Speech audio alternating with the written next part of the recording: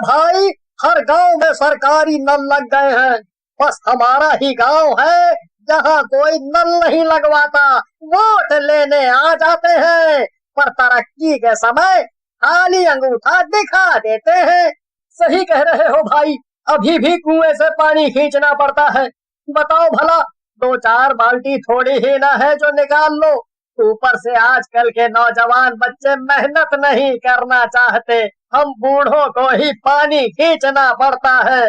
तभी एक आवाज आती है। एक रात पीनू कुआं से पानी लेने जाती है।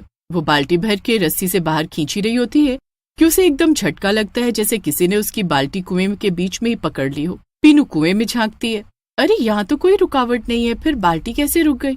पीनू जैसे ही फिर से बाल्टी खींचती है, बाल्टी फिर अटक जाती है और साथ ही एक डरावनी आवाज आती है, पानी चाहिए तो खुद अंदर आकर लेना पड़ेगा। पीनू अब थोड़ी डर जाती है। वो हिम्मत बांधकर दोबारा कुएं में झांकने लगती है तो उसे एक डरावना चेहरा दिखता है, एक भयानक भूत। भूत को देख वो सहम जाती है और अपने उल्टे कदम पीछे आने लगती है।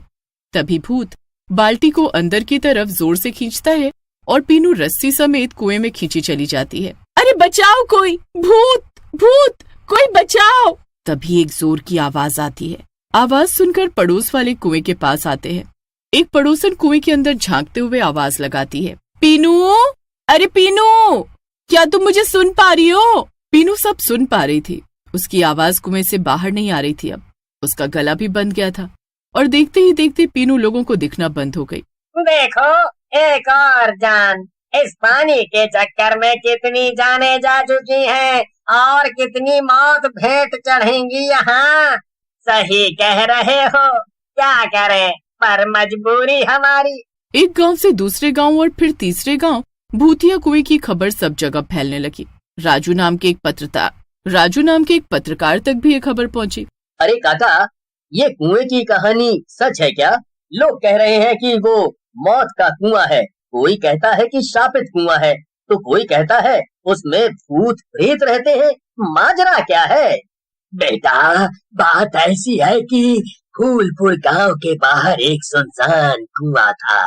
इसके बारे में कहा जाता था कि वहां से रात में अजीब आवाजें आती हैं। लोगों ने कई बार कोशिश की कि उस कुएं को बंद कर दिया जाए, लेकिन जो भी ऐसा करने जाता वो या तो गायब हो जाता या पागल होकर लौटता। ये कुआं किसी जमाने में गांव वालों के लिए जीवन रेखा हुआ करता था, पर समय के साथ साथ अब ये मौत की पहचान बन चुका था। राजू एक युवा पत्रकार था जिसने कई रहस्यों को उजागर किया था। इस बार कुएं की सच्चाई जानने की वो ठान चुका था। गांव वालों ने उसे चेतावनी दी कि वो उस कुएं के पास ना जाए, लेकिन उसकी जिज्ञासा उसे वहां खींच लाई। रात के अंधेरे में जब राजू उस कुएं के पास पहुंचा तो उसने देखा कि कुएं के चारों ओर एक अजीब सन्नाटा पसरा था कि अचानक हवा में फुसफुसाहट गूंजने लगी। तभी एक ठंडी हवा का झोंका आया और भूत कुएं के ऊपर मंडराने लगे। मुझे लग ही रहा था कि ये कुआं कोई आम कुआं नहीं है। किसी आम कुएं में इतनी मौत होना असंभव है। पर तुम लोग मासूम लोगों को क्यों मार रहे हो? वे बेचारे तो अपनी प्यास बुझाने आते हैं यहाँ। हम भी तो प्यासे हैं, पर खून के। इसीलिए हमें भी खून चाहिए अपनी भूख प्यास मिटाने के लिए। पर ये गलत है, तुम लोग कुएं का गलत फायदा उठा रहे हो। ऐसा होता रहेगा तो सारे गांव के लोग किसी दूसरी जगह बसेरा करने चले जाएंगे, फिर क्या करोगे तुम? इधर राजू दिमाग लगाकर अपनी जान तो बचा लेता है, पर अभी भी उसे विश्वास नहीं हो रहा था कि उसने सच में भूतों से बातें की है। पर इस हड़बड़ाहट में उसका कैमरा गिर जाता है, जिससे वो वीडियो खराब हो जाती है और सबूत के नाम पर कुछ नहीं बचता। अब राजू को कैसे भी चैन नहीं पड़ रहा था। उसे था कि इस रहस्य को कैसे उजागर किया जाए, कैसे गुत्थी सुलझे। कई सवाल राजू के मन में चल रहे थे। अगले दिन फिर राजू ने हिम्मत करके गांव के बुजुर्गों से इसके इतिहास के बारे में पूछा। ऐसा क्या राज है कुएं का जो बताने से आप इतना डरते हो, लेकिन लोगों की मौत आप खुली आंखों से देख रहे हो? सालों पहले गांव में कुछ लालची जमींदार घुस आए थे। गांव के लोग भोले भाले थे, जमींदार ने उन्हें लालच दिया कि अगर वो अपनी जमीन उनके नाम कर देंगे तो वो उन्हें बहुत पैसा देंगे, जिससे वे लोग परिवार के साथ शहर में जाकर अच्छा जीवन जी सकेंगे। कुछ गांव वाले उनकी बातों में आकर उनकी बात मान गए, पर कुछ लोग उन लालचियों का मन समझ गए। लालची लोगों ने उन निर्दोषों को इस कुएं में मार के फेंक दिया, तो उन्होंने इन लालच से भरे हुए लोगों को भरी पंचायत में पेड़ से लटका के उनके गले कटवा दिए और उनकी करने की सजा देने के लिए किसी कुएं में फेंकवा दिया। शायद ये बुरी आत्माएं उनकी आत्माएं ही हैं। अगर आपको ये बात पता है तो गांव वालों को सतर्क क्यों नहीं करते? लोगों को मरने क्यों दे रहे हो? पानी का एकमात्र सहारा यही कुआं है।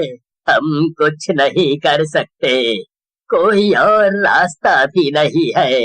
राजू अब बहुत परेशान था कि कैसे भी करके उसे इस राज से पर्दा उठाना पड़ेगा और गांव वालों की जान भी बचानी पड़ेगी। लेकिन सबसे बड़ा सवाल था कि कैसे।